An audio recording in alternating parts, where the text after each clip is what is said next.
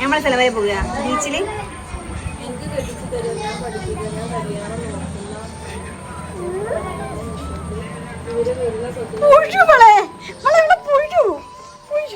പറ്റിച്ചേ പറ്റിച്ചേ.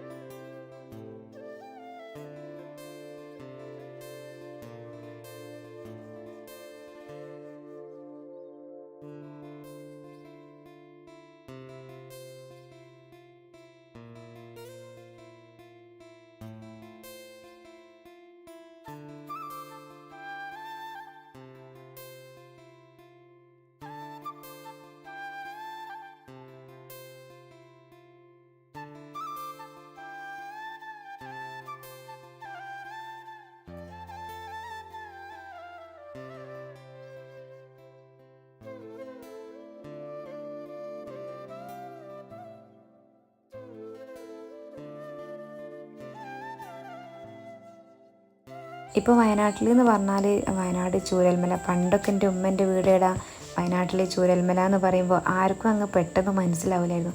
ഇപ്പോൾ ചൂരൽമല എന്ന് കേട്ടാൽ മതി എല്ലാവർക്കും പെട്ടെന്ന് മനസ്സിലാവും ഒരു സ്ഥലം. അങ്ങനെ ഒരു സംഭവം നടന്ന ആ ഒരു സ്ഥലം ഒരിക്കലും ഒരാളും മറക്കൂല. ഞങ്ങളൊക്കെ ആ ഒരു സ്കൂളിൻ്റെ ബേക്കിൽ കൂടി ആ ഒരു ഉരുൾപൊട്ടി ആ ഭാഗത്ത് കൂടിയൊക്കെ ഞങ്ങളൊക്കെ എത്ര നടന്നിട്ടുണ്ട്.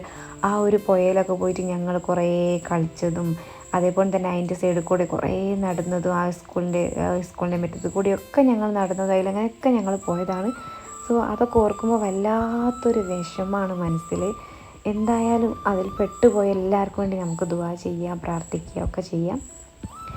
പിന്നെ ഇവരെല്ലാവരും ഇപ്പോൾ ഇവിടെ വന്നപ്പോൾ ഒരു സമാധാനം, അല്ലെങ്കിൽ ന്യൂസൊക്കെ കാണുമ്പോൾ തന്നെ ടെൻഷനാണ്. അപ്പോൾ ഓലെല്ലാവരും സേഫായി അവിടെ നിന്ന് മാറി നിൽക്കാൻ പറഞ്ഞത് കൊണ്ട് തന്നെ എല്ലാവരും ഇവിടെ എത്തിയപ്പോൾ തന്നെ ഞങ്ങൾക്കും നല്ല സന്തോഷമായി. അല്ലെങ്കിൽ ഞങ്ങൾക്കും മനസ്സിനൊരു സമാധാനക്കേടായിരുന്നു. ഞങ്ങൾ വൈകുന്നേരമൊക്കെ ആയപ്പം പിന്നെ ഇവരെല്ലാവരും ആയപ്പോൾ നല്ല പഴംപൊരിയും പിന്നെ ചായയൊക്കെ കൂട്ടിയിട്ട് ചായയൊക്കെ കഴിച്ച് പിന്നെ ഇതുപോലത്തെ ഐറ്റംസൊക്കെ ഉണ്ടായിരുന്നു.